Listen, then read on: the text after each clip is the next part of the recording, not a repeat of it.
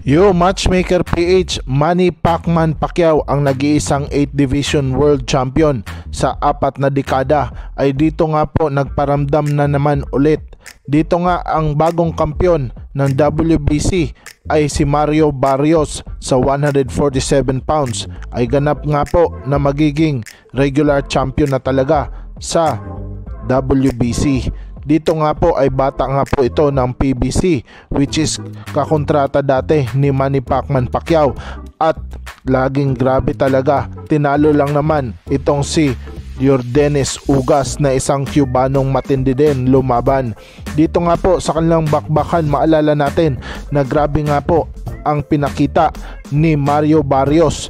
Pinahiya lang naman ng Cubano ang kanyang sarili nung labanan niya ang bagito na si Mario Barrios.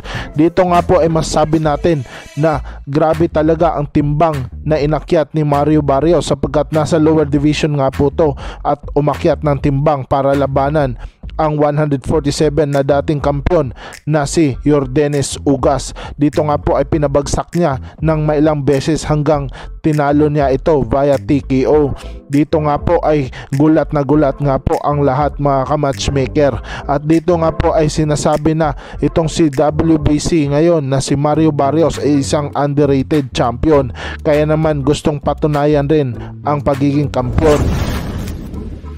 Samantala, Manny Pacman Pacquiao, dito nga po maalala natin na nabugbog nga po siya ni Yordenis Ugas sapagkat hindi nga dapat itong si Yordenis Ugas ang kanyang makakalaban, kaya nagulat ang ating pambansang kamao, mga ka-matchmaker, na ganito pala ang galawan ng Cubano style boxing. Dito nga po ay kinalawit-kalawit lang itong si Manny Pacman Pacquiao hanggang napuna nga po ito. Dito nga po ay masasabi natin na nagulantang ang buong mundo sa pagkatalo ni Pacman Pacquiao na dapat kay Errol Spence na makalaban. Ngunit hindi rin natin masisisi ang ating pambansang kamao sapagkat hindi niya talaga napatunayan na napaghandaan itong si Yordenis Ugas, at panigurado naman na niluluto na talaga yung laban na yon. Pero dito ay bilib pa rin tayo kay Manny Pacman Pacquiao sapagkat lumaban talaga ito ng harapan kay Yordenis Ugas. Pinatunayan niya na siya ang lehitimong kampiyon.